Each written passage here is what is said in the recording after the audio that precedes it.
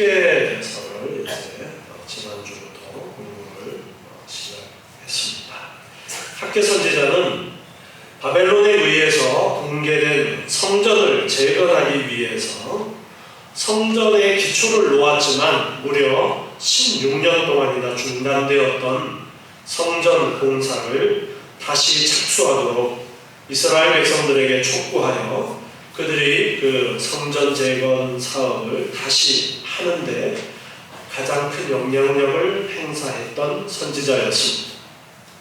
여호와 하나님께서는 좌절감에 휩싸여 있던 백성들의 마음을 분발시키기 위해서 학계 선지자를 사용하셨습니다.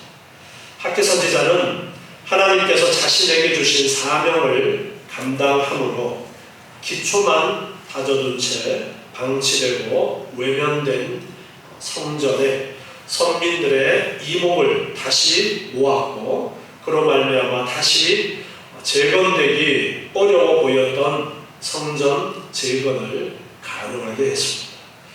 페르시아의 위대한 왕이었던 고레스는 바벨론 제국을 무너뜨리고 포로 해방령을 선포함과 동시에 귀환하게 될 이스라엘 백성들로 하여금 성전을 재건하라는 그러한 칙령을 내렸습니다. 우리가 에스라서를 배우면서 1장에서 그 내용을 보았습니다.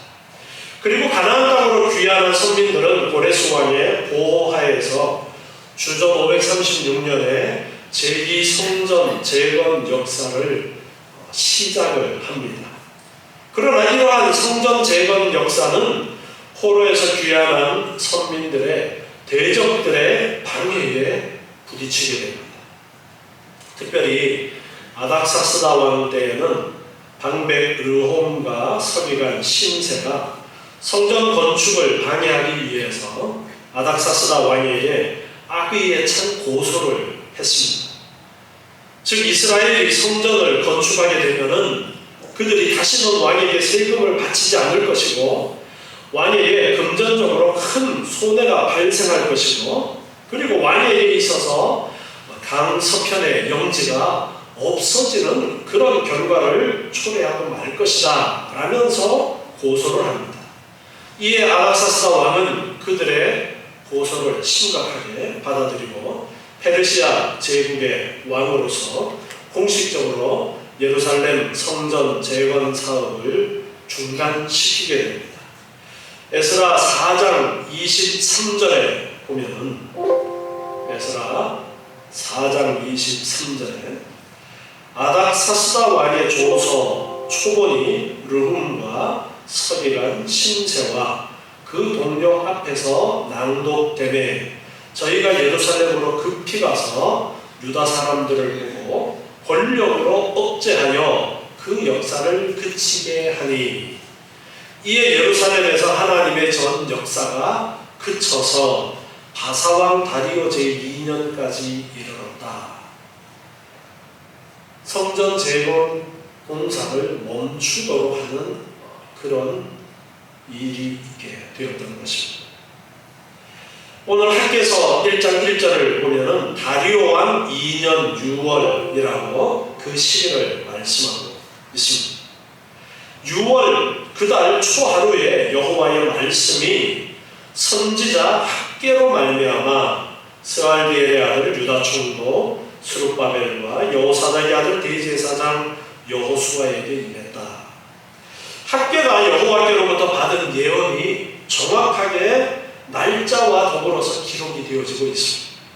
이것은 학개 선지자의 예언이 역사적인 정확성을 가지고 있다라는 것을 입증합니다. 그로 말미암아 그 선지자의 말이 신빙성이 있다라는 것을 가르쳐 주는 그런 의미가 있습니다. 그래서 다리오 왕 2년 6월 그달 초하루 그렇게 말씀하고 있습니다. 다리오 왕이라고 했는데 이 다리오라는 이 말이 그냥 어떤 페르시아의 왕을 지칭하는 왕명 가운데 하나로 쓰여지는 그런 것이었습니다. 이 다리오 왕의 실제 이름은 히스타스페스라고 그렇게 역사적으로 알려지고 있는데요. 로마의 옛날 황제를 시저라고 그렇게 불렀던 것처럼 이 다리오도 어떤 왕이라는 한 칭호 중에 하나로 그렇게 사용되는 이름이었다라고 합니다. 그래서 그 실제 이름은 다른 이름이지만 성경에는 그가 다리오로 그렇게 불려졌기 때문에 그냥 다리오라고 그렇게 기록을 하고 있는데요. 6월 1일에 그 말씀이 선지자 학개로 말미암아서 스룹바벨과 대제사장 여호수아, 특별히 지도자였던 스룹바벨과 그리고 종교적인 가장 앞선 지도자인 대제사장 여호수아에게 특별히 이 말씀이 주어졌다라는 것을 가르쳐 줍니다. 2절 말씀에 보니까 어떤 말씀을 하셨느냐? 만군의 여호와가 말하여 이르노라. 하나님께서 말씀을 하셨는데 이 백성이 말하기를 여호와의 전을 건축할 시기가 이르지 아니하였다 하느니라. 당시 이스라엘 백성들이 포로에서 돌아온 그들이 성전 건축에 때가 이르지 않았다고 말하는 것은 예레미야 선지자가 선포한 포로 기간 70년이라는 그 예언을 오해하고 있었거나 아니면 당시 정치 사회적인 방해가 많았기 때문에 아직까지는 성전을 재건할 시기가 아닌가 보다라는 그런 생각을 가질 수 있었을 것입니다. 예레미야 선지자는 포로 기간이 70년이 될 것이다 라고 예언을 했습니다. 그 기간이 차면 하나님께서 이방의 포로지로부터 자기 백성을 귀ham케 하실 것이다 라고 그렇게 예언했습니다. 일반적으로 이 70년의 기간은 두 가지 측면에서 볼 수가 있는데, 하나는 예루살렘에 대한 바벨론의 첫 번째 공격 그리고 1차 포로가 발생했던 주전 605년부터 포로지부터의 귀환의 때 538년까지를 계산하면 70년이 되어집니다.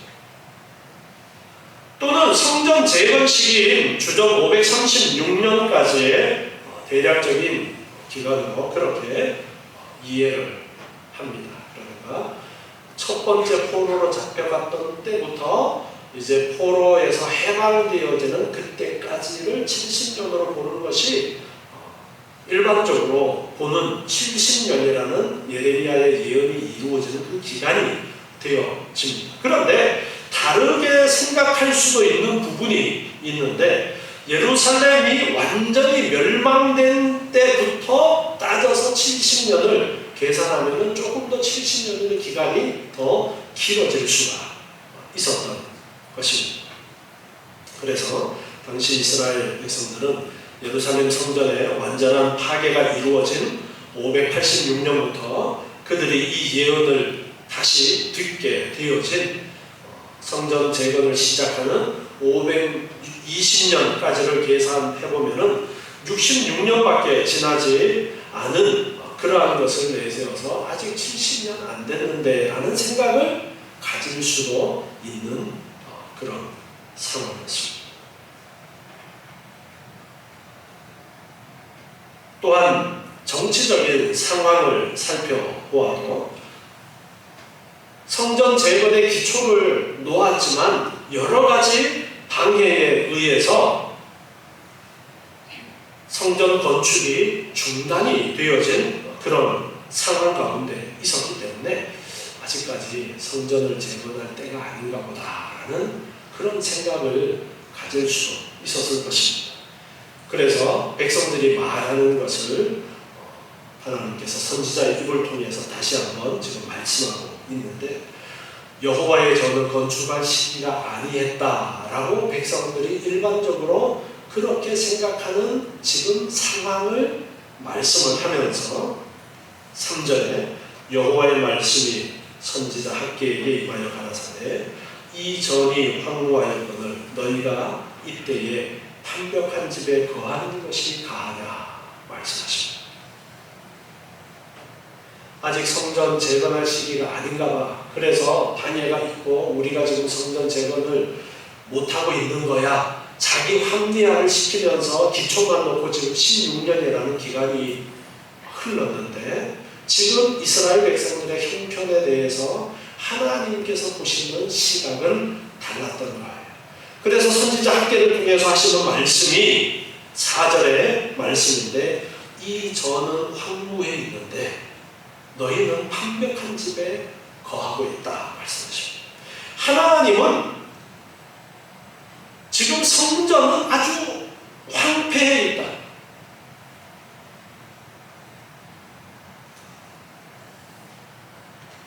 예레미야 52장 13절에 보면은 예레미야 52장 13절에 여호와의 전과 왕궁을 불사르고 예루살렘의 모든 집을 귀인의 집까지 불사랐습니다. 자, 여기 보면 바벨론이 쳐들어왔을 때에 성전이 불탔다는 것을 볼 수가 있습니다.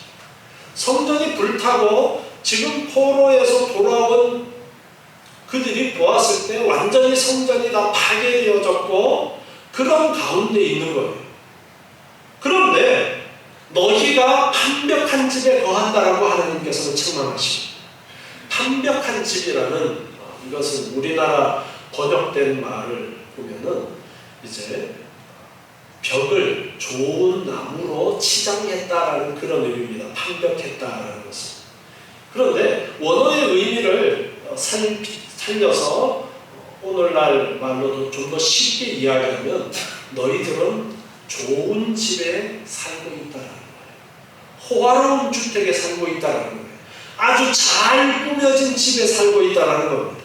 너희들은 너희의 집은 아주 잘 꾸미고 살고 있으면서 성전이 이렇게 황폐해 있는데도 불구하고 너희들은 아주 잘 꾸며진 집에 살고 있다고 그렇게 지금 선지자를 통해서 책망하고 계십니다. 5절에 보니까 그러므로 이제 나 만군의 여호와가 말하노니 너희는 자기의 소위를 살펴보라. 만군의 여호와가 말씀하시는데 지금 자기의 소위를 살펴보라. 이 말씀은 지금껏 살아온 삶의 자취들을 면밀히 살펴보아라. 그렇게 말씀하고 있습니다. 지금 너희들 삶을 자세히 한번 살펴보아라. 그러면서 6절에 보니까 너희가 많이 뿌릴지라도 수입이 적으며 먹을지라도 배부르지 못하며 마실지라도 흡족하지 못하며 입어도 따뜻하지 못하며 일꾼이 삭슬 받아도 그것을 구멍 뚫어진 전대에 넣음이 되느니라. 자, 지금 너희들 생활을 한번 살펴보라 라고 말씀하면서 지금 너희의 생활이 이러하다라고 말씀하시는데 많이 뿌려도 수입이 적다. 뿌리는 대로 거두는 것이 얼마나 큰 축복인지 몰라요. 그런데 많이 뿌리는데도 수입이 적다라는 거예요. 또 먹어도 배부르지 않고 마셔도 흡족함이 없고 입어도 따뜻하지 못하고 일꾼이 삭슬 받아도 구멍 뚫어진 전대에 넣었다. 구멍 뚫어진 전대에 돈 넣으면 어떻게 돼요? 나도 모르는 사이에 없어집니다.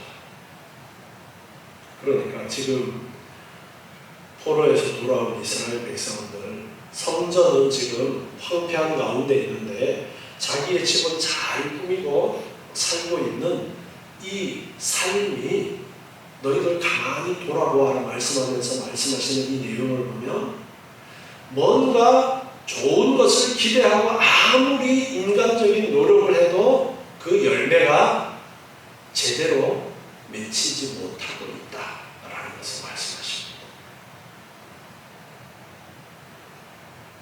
그러면서 다시 한번 말씀하십니다. 나 만군의 여호와가 말하노니 너희는 자기의 소위를 살펴보라. 너희 형편을 살펴보라.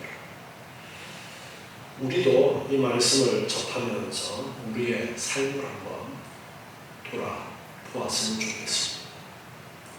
내 삶이 감사가 있고 만족이 있는 삶인가? 하나님이 주신 축복 가운데 심은 대로 거두는 그러한 축복을 누리면서 살고 있는가? 소위를 살펴보라. 우리 삶을 자세히 한번 살펴봅시다. 내 삶이 하나님의 축복 가운데 있는 삶인가? 아니면 하나님이 축복하지 않는 삶을 살고 있는가? 그러면서 8절에서 말씀하십니다. 너희는 산에 올라가서 나무를 가져다가 전을 건축하라. 그리하면 내가 그로 인하여 기뻐하고 또 영광을 얻으리라. 나 여호와가 말하였느니라. 산에 올라가서 나무를 가져다가 전을 건축해라. 지금 너희들 삶의 형편을 봐라. 기껏 열심히 심어도 뿌려도 거두는 것이 시원찮은 그런 삶을 살고 있지 않냐. 그러니까 너희들 하나님의 전은 황폐한데도 너희의 집은 잘 꾸미고 살아가는 그 삶을 회개하고 빨리 성전을 지어라. 그렇게 지금 말씀하고 있습니다. 그들의 생각이 아직 여호와의 성전을 건축할 시기가 이르지 않았다라고 생각하지만 하나님께서 보실 때에는 그 시기가 이미 지났다라고 말씀하고 있는 거예요. 이미 성전 재건을 해야 되는 시기가 지났다. 너희가 16년이라는 기간을 허비하고 성전을 건축하는 일을 멈추고 너희 집을 꾸미는데 먼저 그 시간을 낭비했다라고 지금 말씀하고 있습니다.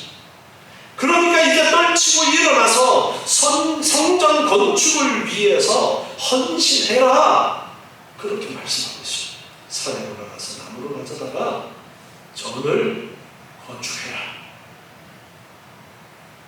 그러면 내가 기뻐하고 영광을 얻을 것이다. 열왕기상 9장 3절 말씀을 보면요. 열왕기상 9장 3절에 성전 건축을 하고 나서 솔로몬에게 말씀하시는 내용인데요. 저에게 이르시되 내가 내 앞에서 기도하며 간구함을 내가 들었은즉 내가 너의 건축한 이 전을 거룩하게 구별하여 나의 이름을 영영히 그곳에 두며 나의 눈과 나의 마음이 항상 거기 있으리니 하나님께서 솔로몬이 건축한 그 성전을 구별해서 항상 거기에 계시겠다라고 그렇게 성전 건축을 기뻐하시는 그러한 말씀. 출애굽기 29장 43절 말씀을 또 보시면요. 출애굽기 29장 43절에 내가 거기서 이스라엘 자손을 만나리니 내 영광을 인하여 회막이 거룩하게 될지라. 이것은 출애굽 때에 하나님의 명을 따라서 이제 회막을 지었을 때의 말씀입니다.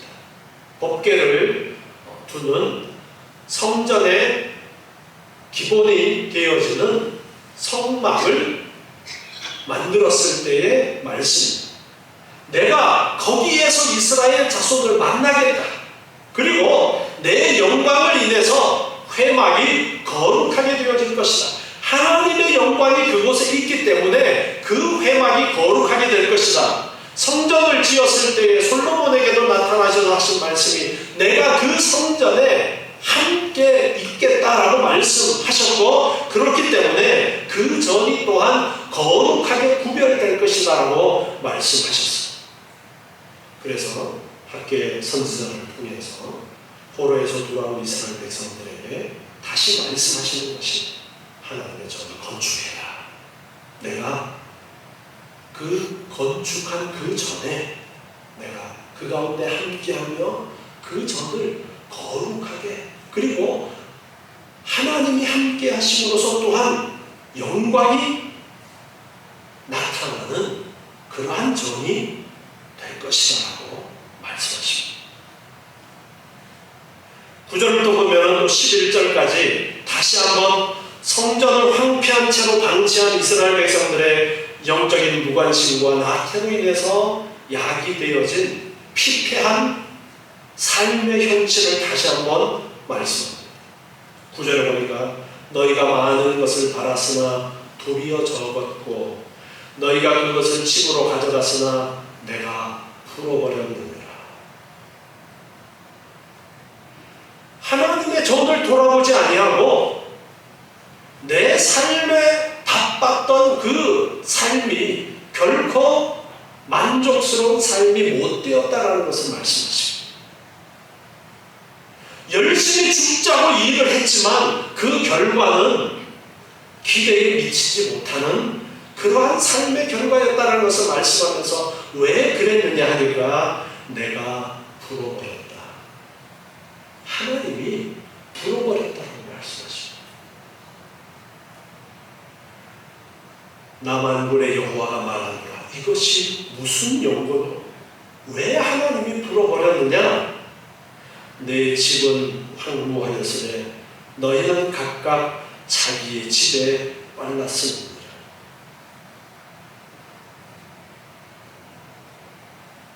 그들이 열심히 무엇인가를 했지만 그들이 농사 기술이 부족하거나 노력을 덜 하거나 그래서가 아니라 하나님이 풀어버렸기 때문에 그들의 수고의 결과가 형편없었다라는 것을 말씀하십니다.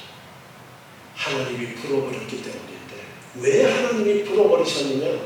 성전은 황무한데 너희는 각각 자기의 집을 살피는데 치중했다라는 거예요.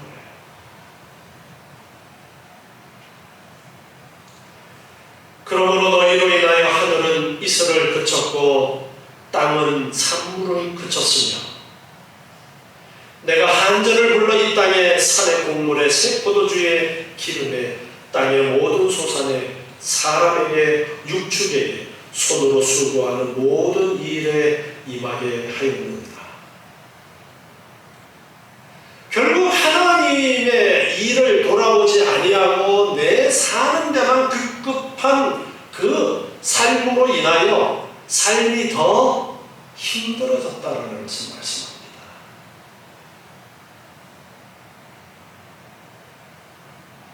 하나님을 알고 하나님을 우선순위에 두어야 되는데 하나님이 우선순위가 못되고 내 집을 꾸미고 내 먹고 사는 일에만 치중하는 그러한 삶의 결과는 하나님이 풀어버렸다라고 말씀하십니다.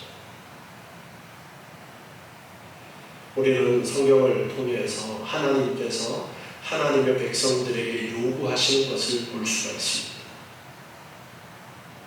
안식일, 주일을 지켜라.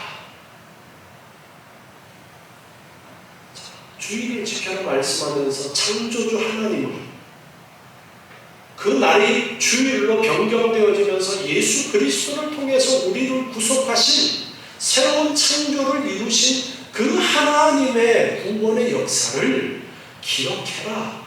그러면서 주일을 지키도록 명령하신 것. 11조를 드려라 명령하셨어요. 하나님께서 나에게 모든 것을 주셨지만 하나님께서 나에게 주신 고백으로 10분의 1은 딱 잘라서 하나님께 드려라 하나님이 명령하셨어요. 하나님을 향한 신앙 고백이에요. 그런데 주일을 지키지 않고 내 돈 벌기에 바쁘고 주일도 나가서 일하고 했을 때에 결과가 더 풍성해야 되는데 하나님께서는 그 결과를 더 풍성하게 안 하신다는 거예요. 내가 11조를 안 드리고 그 11조를 나를 위해서 쓰면 내 삶이 더 풍성해져야 되는데 더 풍성해지지 않는 거예요. 왜냐? 하나님이 불어버리시죠. 하나님을 인정하지 않는 그 삶이기 때문에 하나님께서는 그 삶을 복 주시지 않는 거예요. 하나님을 알아야 되기 때문에, 하나님을 인정하는 삶을 살아야 되기 때문에 하나님께서는 우리를 깨닫도록 하시기 위해서 우리의 삶 속에 불어버리시고 안 되도록 하시는 거예요. 주의를 지키지 않고 11조도 하지 않는데 잘 돼. 그러면 그 사람이 주의를 지키고 11조 생활하는 그런 하나님 앞에 바른 신앙을 고백하는 삶을 살겠어요, 안 살겠어요? 아이고, 안 해도 잘 되네. 그래서 사랑하는 하나님의 백성들을 향해서 안 되도록 하시는 거예요. 왜? 깨닫고 하나님을 향한 올바른 신앙 고백을 하는 거예요. 여러분, 뭔가 좋은 결과를 얻기를 원하면 주의를 잘 지키시고 여세 동안 힘써 일하고 주의를 하지 마시고 10분의 1이 아까운 것 같아도 하나님께서 내 모든 수입을 좌지우지한다는 것을 인정하고 고백하는 마음으로 11조를 드리세요.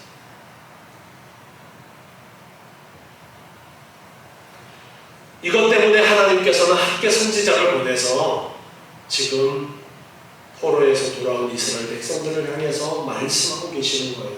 너희들 성전 재건하지 않고 살고 있는데 성전 재건해라.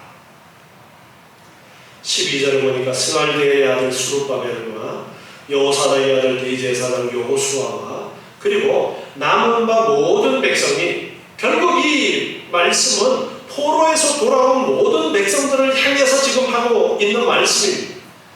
그랬더니 이들이 그 하나님 여호와의 목소리와 선지자 학개의 말을 청종하였으니, 이들이 학개 선지자를 통해서 말씀하시는 하나님의 말씀을 듣고 그들은 그 학개 선지자의 외치는 그 말을 학개의 말로 들은 것이 아니라 하나님의 말씀으로 들었다라는 거예요. 그 하나님 여호와의 목소리와 그리고 선지자 학개의 말을 청종하였다.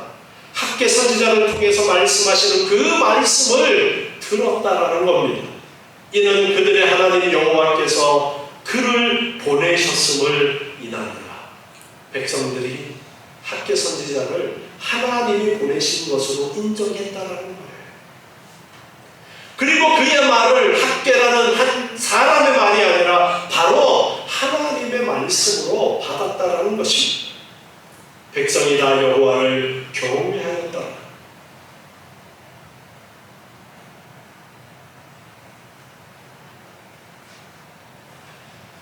여호와께서 그를 보내셨음을 인함이라라는 이 원어를 문자 그대로 번역을 하면은 그들의 하나님 여호와께서 그를 보내신 대로라는 그런 의미. 하나님이 보내신 대로 그들이 학개의 말에 순종했다. 즉 하나님께서 의도하셨던 대로 지금 이스라엘 백성들이 순종하게 되었더라라는 것을 말씀하십니다. 하나님께서 선지자를 보내서 하나님의 백성들을 깨닫도록 하십니다. 그 하나님의 뜻하신 바대로 이제 이루어져 가는 것입니다. 13절에 보니까 때에 여호와의 사자 학개가 여호와의 명을 의지하여 백성에게 고하여 가로되 나 여호와가 말하노니 내가 너희와 함께 하노라 하셨느니라 하니라.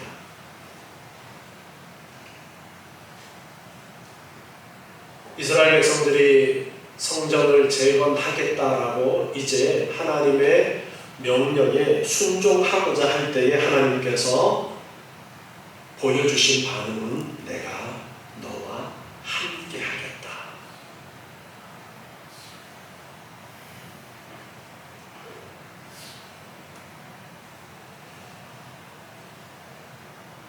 지금 성전 재건이 멈춘 상황이 어떤 상황입니까? 다시 에스라서를 돌아가서 생각해보면 방해하는 사마리아인들이 와서 그들이 방해하는 것을 뛰어넘어서 민원을 넣었어요. 누구한테 민원을 넣었어요? 왕한테 민원을 넣었어요. 그래서 왕이 명령을 내렸어요. 성전 재건 중단하라.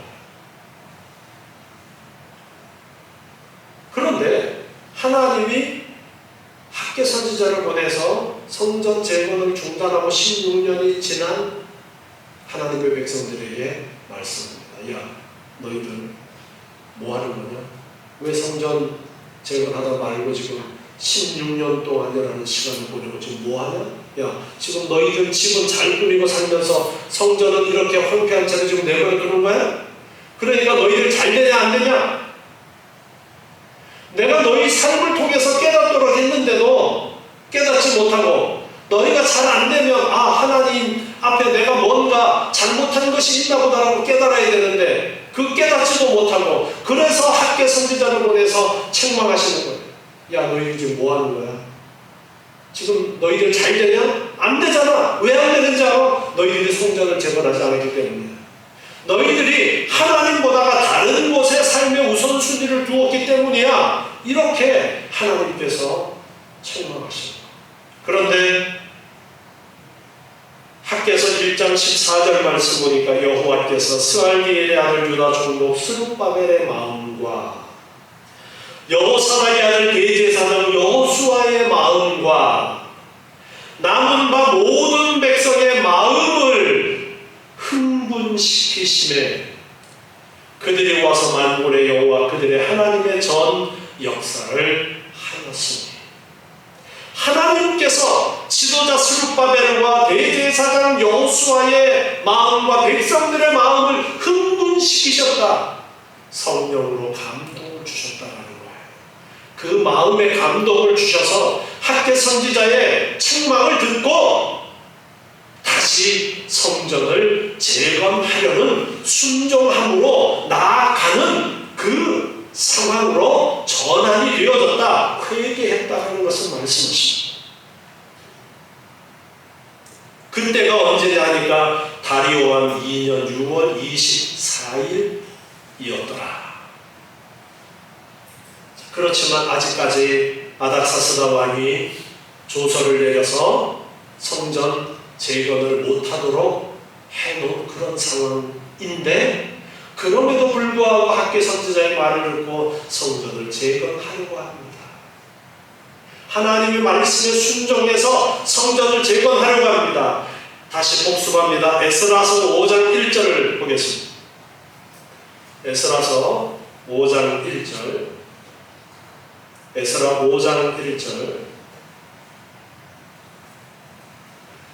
자, 선지자들 곧 선지자 학개와 id도의 손자 스가랴가 이스라엘 하나님의 이름을 받들어 유다와 예루살렘에 거하는 유다 사람들에게 예언하였더니 바로 학개서의 예언을 생각하면 됩니다. 이에 스알디엘의 아들 스룹바벨과 요사닥의 아들 예수아가 예수아는 여호수아라고 제가 말씀드렸었죠. 일어나 예루살렘 하나님의 전 건축하기를 시작하매 하나님의 선지자들이 함께하여 돕더니 그때에 강 서편의 총독이었던 다뜨네와 스달보스네와 그 동료가 다 나와 저희에게 이르되 누가 너희를 명하여 이 전을 건축하고 이 성곽을 마치게 하였느냐 하기로 우리가 이 건축하는 자의 이름을 고하였으나 하나님이 유다 장로들을 돌아보셨으므로 저희가 능히 역사를 패하게 못하고 이 일을 다리오에게 고하고 그 답조가 오기를 기다렸더라. 자, 학개 선지자의 말을 듣고 성전을 재건을 했어요. 이제 일을 시작을 합니다. 그런데 또 옆에 사마리아인들이 와가지고 난리를 피웁니다. 그런데도 하나님께서 함께 하시겠다 약속하셨잖아요. 함께 하시겠다는 그 약속대로 장로들의 마음을 하나님께서 붙들어 주셔서 그런 위협이 있음에도 불구하고 성전 재건하는 일을 추진해 나아갔다는 거예요. 에스라 6장 6절 볼까요? 다시 왕에게 이제 포로에서 돌아온 이들이 아닥사스다 왕에게 요청을 한 거예요. 살펴보십시오. 예전에 고레스 왕 때에 성전을 재건하라고 명을 내린 것이 있습니다 라면서 조서를 올렸는데 거기에 대한 답신이 온 거예요. 6장 6절에 보니까 이제 강서편 총독 닥드네와 스달보스네와 너희 동료 강서편 아바삭 사람들은 그곳을 멀리하여 성전 건축하는 거 방해하지 말고 거기서 멀리하라. 하나님의 전 역사를 막지 말고 유다 총독과 장로들로 하나님의 이 전을 본처에 건축하게 하라. 내가 또 조서를 내려서 하나님의 이 전을 건축함에 대하여 너희가 유다 사람의 장로들에게 행할 것을 알게 하노니 왕의 재산 곧 강서편 세금 중에서 그 경비를 이 사람들에게 신속히 주어 저희로 지체치 않게 하라. 성전 건축하는데 방해하지 말고 필요한 것들은 오히려 공급해 주도록 해라라는 왕의 명이 다시 내려오게 되었습니다. 하나님의 전을 건축하려는 결심을 하고 순종함으로 나아갈 때에 하나님이 함께 하시겠다는 그 약속대로 성전 재건을 하는 그 일이 순조롭게 지금 진행이 되어지고 있습니다. 제가 지난주에도 그런 말씀을 드렸죠. 특별히 이 성전을 재건하는 이 일에 성전이라는 것에 대해서 우리가 생각을 한번 해보자. 의문을 한번 던져보자. 왜 성전을 다시 재건하도록 하나님께서 하시는가?